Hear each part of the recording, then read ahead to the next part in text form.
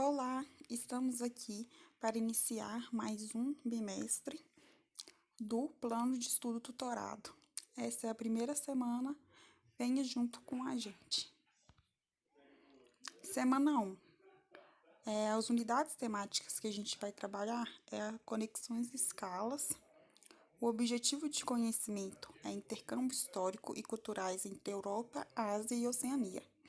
As habilidades é identificar e analisar características de países e grupos europeus, asiáticos e da Oceania em seus aspectos populacionais, urbanos, políticos e econômicos, e discutir suas desigualdades sociais e econômicas e pressões sobre seus ambientes físicos e naturais.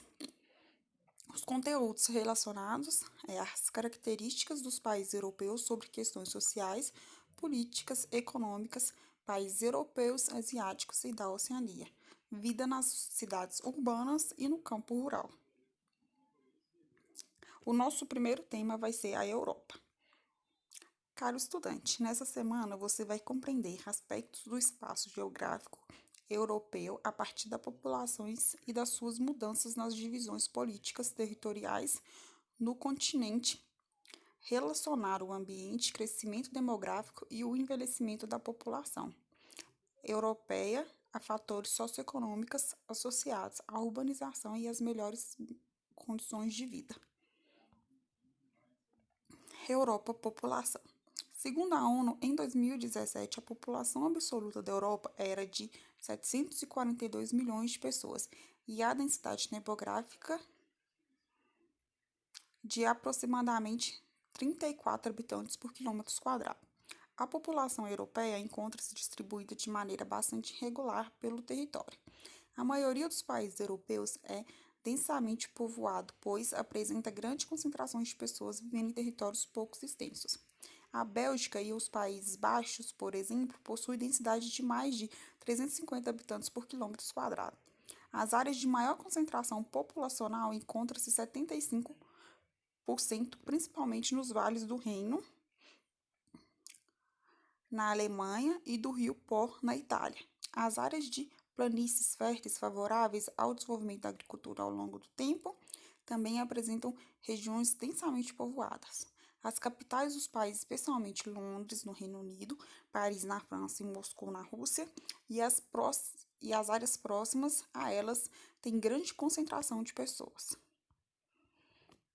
A população europeia é predominantemente urbana, pois em parte dos países do continente o número de habitantes das cidades é maior que do campo.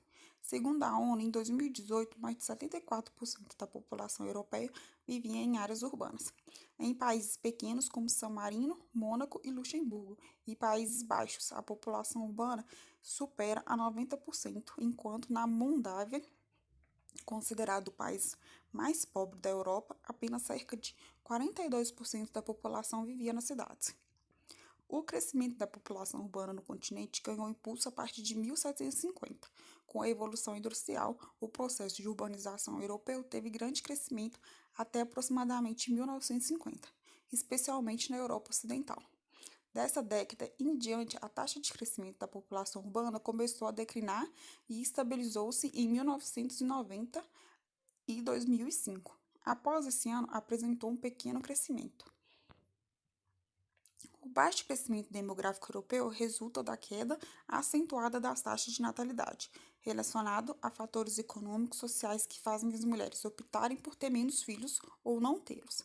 A ONU prevê que, para 2050, uma redução de 3,55% da população absoluta do continente, correspondendo a cerca de 26 milhões de pessoas a menos em relação a 2017. Ao mesmo tempo em que a natalidade está em queda, a população está envelhecendo cada vez mais. No final da primeira semana, a gente vai estar encontrando algumas atividades para você estar respondendo. E nessas atividades, se vocês tiverem alguma dúvida, vocês podem estar entrando em contato com a gente para estar auxiliando na ajuda delas. Algumas sugestões de vídeos para o conteúdo estão os links aqui. e a gente está disponível no WhatsApp e no e-mail para qualquer demanda que vocês tiverem. E até a próxima semana. Muito obrigada a todos.